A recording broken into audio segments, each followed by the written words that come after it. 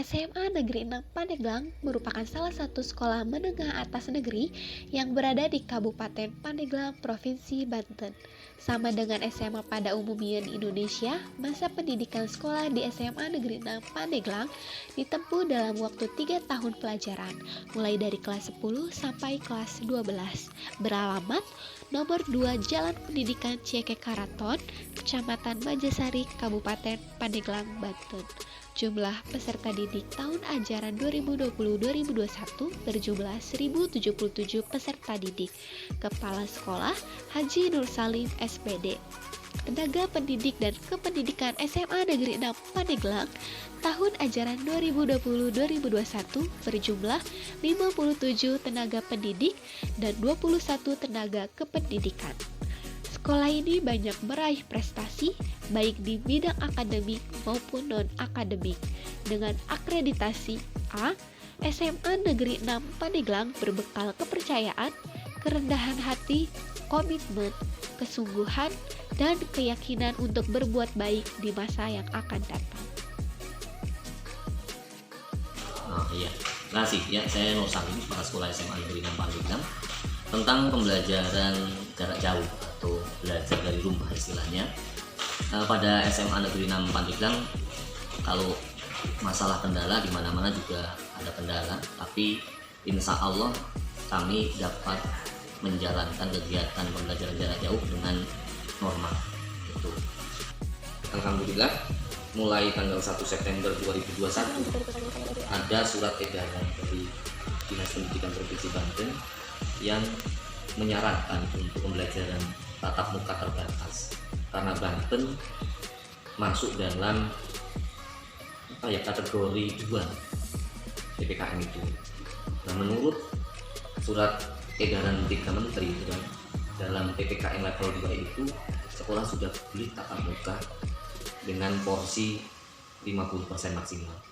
Nah, di SMA 6 sendiri dalam pembelajaran tatap muka terbatas ini kami mengambil pilihan untuk membagi kelas dalam 2 sesi. Jadi peserta didik sudah berangkat full 1 minggu dari hari Senin sampai Jumat. Hanya saja maksimal yang ada di kelas itu adalah 18 anak. Untuk sesi pertama berarti jam 7.30 sampai jam 10. Untuk sesi kedua karena kita tidak ingin berbenturan dengan sholat zuhur, makanya kita masukkan pukul 13 sampai pukul 15. Sehingga PTM di SMA 10 untuk guru sih sebenarnya sudah bekerja 100%. Tapi untuk peserta didik ya hanya 50%. Tapi ini sudah paling maksimal, pilihan termaksimal untuk memberikan layanan dalam pembelajaran tatap muka terbatas sudah kami lakukan. Sekolah lain tentu saja memiliki pilihan yang berbeda dan itu memang diperkenankan.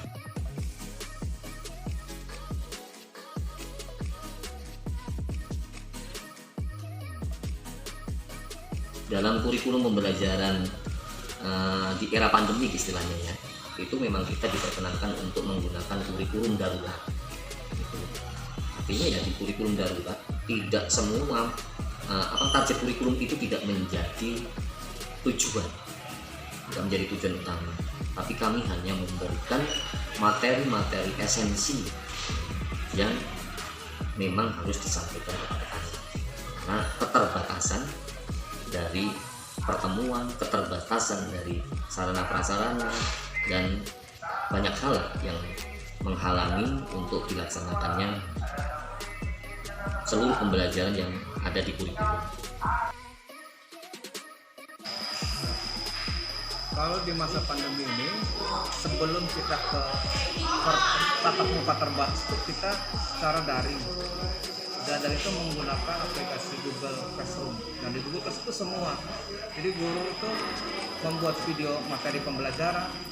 Di situ semuanya lengkap, absen dan tugas. Dan tugas itu juga bisa diselesaikan dalam waktu pertemuan di GCR. Ya. Jadi contoh, kita berikan apresiasi, video apresiasi semuanya, dan anak bisa langsung mengerjakan tugas di Google Classroom untuk dikirim langsung ke mata pelajarnya. Semua ada di GCR untuk memudahkan pembelajaran. Lalu kalau seni ini beda, ada prakteknya bagaimana.